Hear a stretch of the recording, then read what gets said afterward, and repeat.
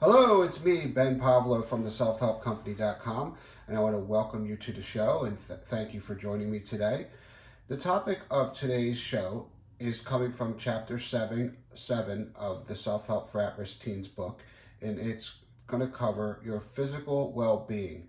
And this is just your overall health in general.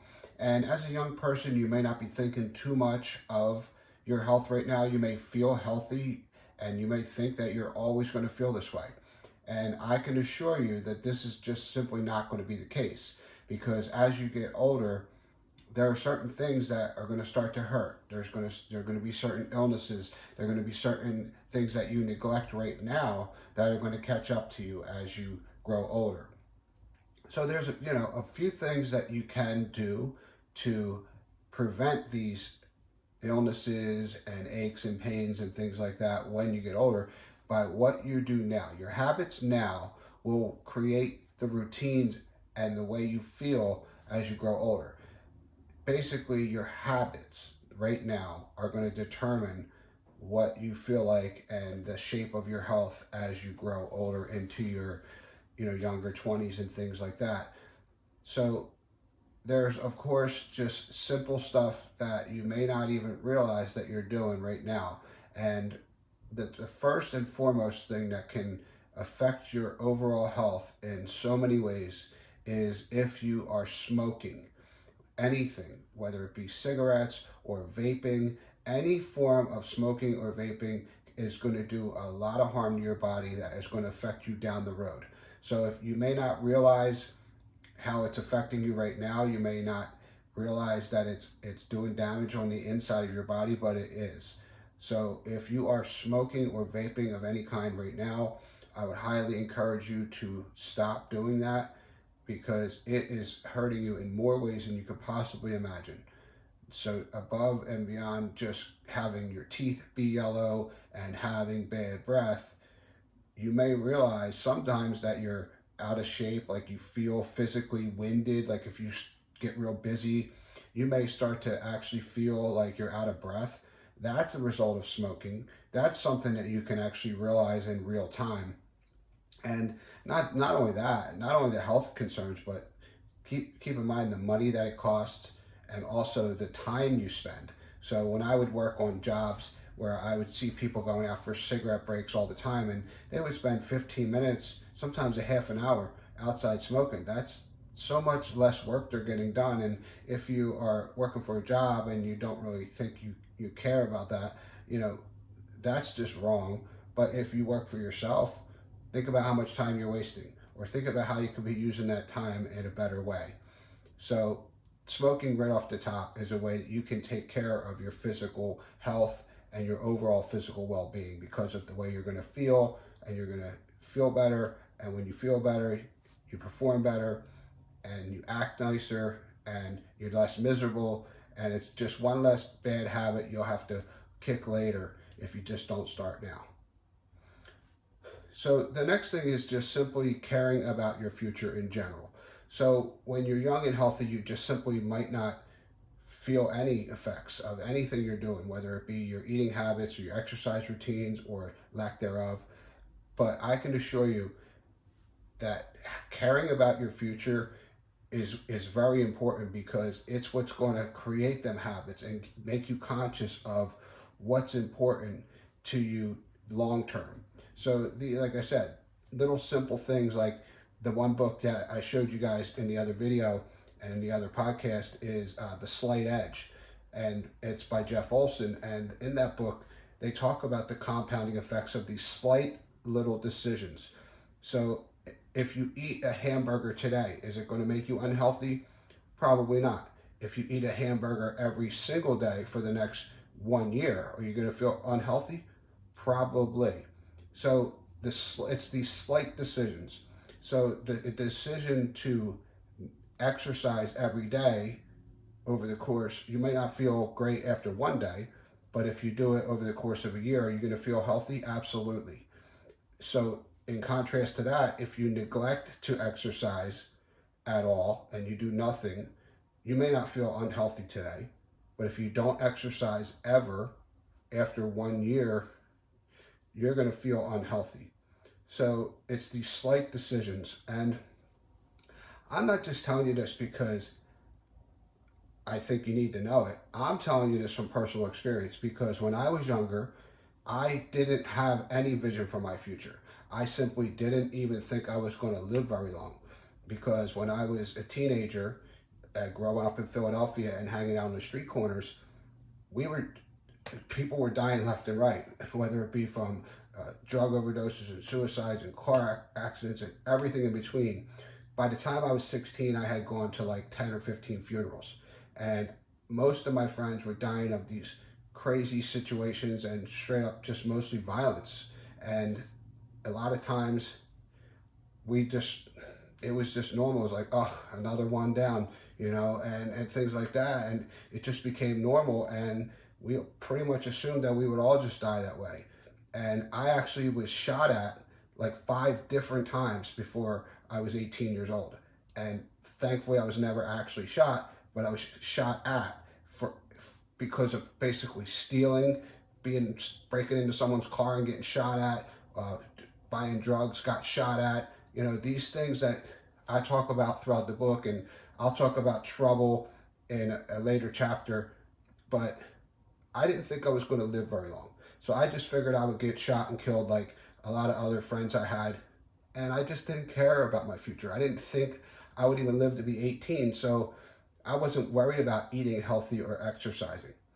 And as a result of that, the bad habits I developed in not eating healthy and not exercising when I was 20 something years old, and was working and getting like really winded and tired and I was out of shape, I had older guys looking at me going, "Why are you so out of shape? You're young, and I'm going faster than you, and I'm doing more work than you." I had 50-year-old guys telling me that they're outworking me when I was 20, and they're telling me I'm young, and I was thinking, I'm not young. I'm not young at 20. Yeah, you're young at 20, and if you're out of shape at 20, they look at you like that's sad. That's like, dude, you better get your act together. And so, because I didn't have an exercise routine, all I did was eat greasy foods, living on pizza and cheesesteaks. I didn't have a routine. I didn't care about my future. So I was just unhealthy. And when you're young right now, it's the best time to develop healthy eating habits, healthy exercise routines, because when you get to the 20-year-old, 25 years old, it gets harder and harder as you grow older to start these new habits and these new routines.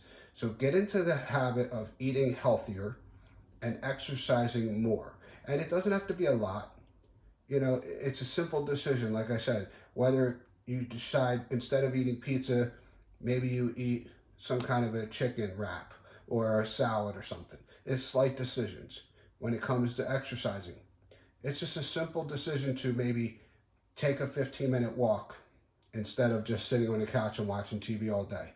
It's just doing a couple jumping jacks or doing some sit-ups or push-ups instead of just sitting around playing video games. Like, take a break from the computer, take a break from the video games, and do a little bit of exercise. Do a little bit of physical activity.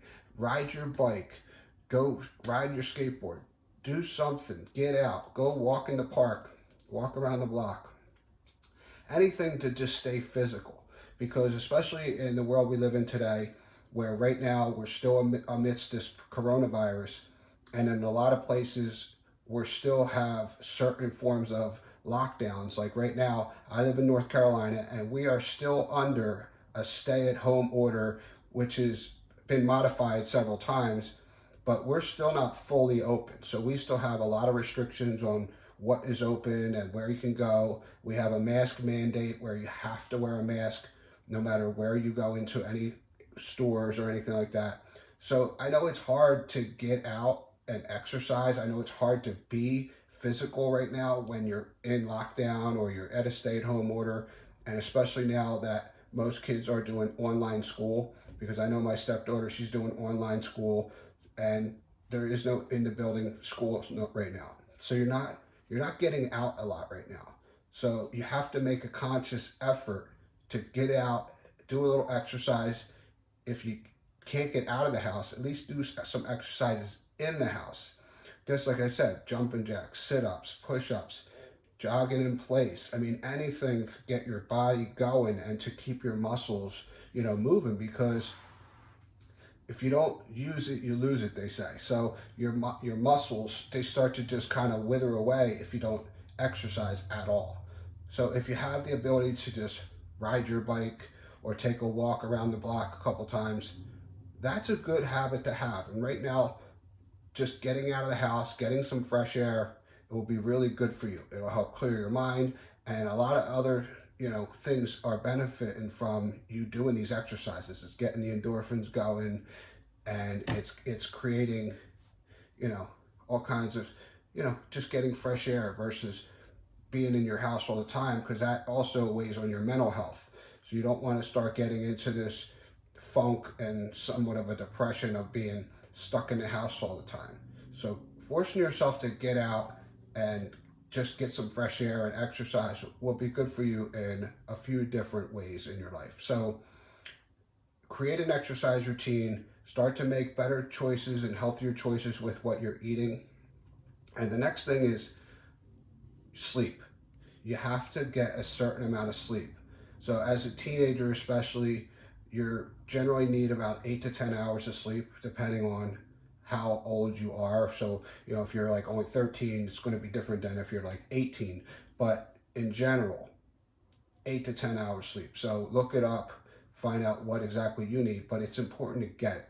So if you're staying up really late, watching TV or playing games, and then you have to get up really early for school, and at the end of the day, you're only getting like 5 or 6 hours sleep, you may be able to get away with that every once in a while. But if you start to make that a habit and be doing that consistently, only getting like 6 hours of sleep over the course of like a week and a month and things, that's really, really wearing on you physically, whether you realize it or not. So sleep rejuvenates you, it restores different things in your body. It also improves your memory, it reduces your stress, it fights against different diseases, and there's a lot of benefits to sleep that most people don't even think about. And especially when you're young and you're feeling good and you think that you're invincible, you may not even think of this. But do a little research on how much benefits you get from sleep. So that's that with that. Don't neglect it. Just seriously, take advantage of the sleep and get enough, because it'll catch up to you if you don't. And then there is something that you probably don't think about much, but drinking water. You have to drink a certain amount of water every day, depending on your weight, your height, your age, your gender. It depends whether you're a boy or a girl and all these other factors. But it's typically, I think, half of your body weight in ounces. So like if you weigh 100 pounds, then you have to drink 50 ounces of water a day. And whatever it is, look it up for your own specific situation, but do not forget to drink water throughout your day, especially when it's hot out, but all the time. Even when you may not think you're thirsty, make it a habit to hydrate yourself as often as possible and throughout your day, because again, water has a lot of benefits. It'll help you from becoming dizzy and lightheaded and feeling confused. It also has benefits like hydrating your skin and regulating your body temperature. And there's all kinds of other health things that are below the surface that you're not thinking about that you can benefit from when hydrating and drinking a lot of water. So as you may know, you may not know, but most human beings can actually live like days or even weeks without food. But if you don't drink water, you will die like within a few days without any water. So water is very important, even over top of food, which is second, and sleep, shelter, things like that. Like if you're ever look into any kind of survival stuff, living out in the woods and whatever, drinking water will keep you alive. So that's that's one thing. But if you're just somebody who drinks soda or sugary drinks all the time, you have to mix in a little bit of nice, fresh water. Don't just sit back and drink soda from morning to night.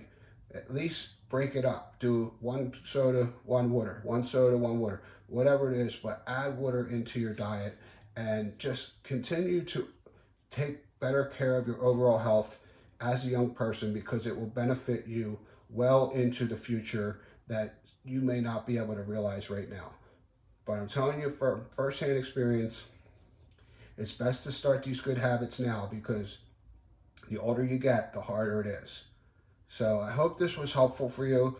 This was a brief overview of what I talk about in chapter 7, but stay tuned for next show, because in chapter 8, I get into the dangers of drugs and alcohol. And this is something I have a lot of personal experience with, and I really hope you tune in, because this is information that could literally make or break your health in the future, because drugs and alcohol can have serious effects on your physical health, amongst a whole bunch of other things. And I get into that in the next episode. So that's chapter 8. So make sure you subscribe to these videos, subscribe to this podcast, and don't miss this next episode, because we're starting to get into the second half of the book, which is a lot more exciting and a lot more informative than the kind of the topics in the beginning of the book are a little more serious, where as we get into the second half of the book, they're a little more fun. So chapter 8 is halfway. We have 16 chapters, and as we get into the second half, it's some really exciting information. I don't want you to miss it. And because I'm not on an actual regular schedule right now, because I am having surgery in 2 days on my sinuses, and I'm not going to be able to talk and do videos for at least a week or two, because I'm going to be having potential nosebleeds and all kinds of other issues after the surgery, that I'm going to have to be really careful about what I do. So until I get on a consistent schedule, I'm going to be releasing this information as I can make it available. So subscribe, and also if you could please rate and review this show, hit the thumbs up button, like it, subscribe to it, and it would really help me as a new podcaster, as a fairly new YouTube channel as well, and all of the other ways that you can help out just by simply commenting and tell me what you like or don't like about the content I'm creating. And if you have other ideas for shows or episodes, I would really love to hear it, because I will definitely try to incorporate as much of your input as possible. Because after I get through the first 16 chapters, which is the chapters of the book, I want to get into other topics that are related, and I want to make sure I'm starting to make content that you really want to hear, stuff you want answers to, things that you need help with. And so I'm going to custom make videos and podcast episodes based on the input that you're giving me. So please subscribe, comment, like, whatever else. So thank you again for tuning in to today's show. I really appreciate you. Thank you very much, and have yourself a great day.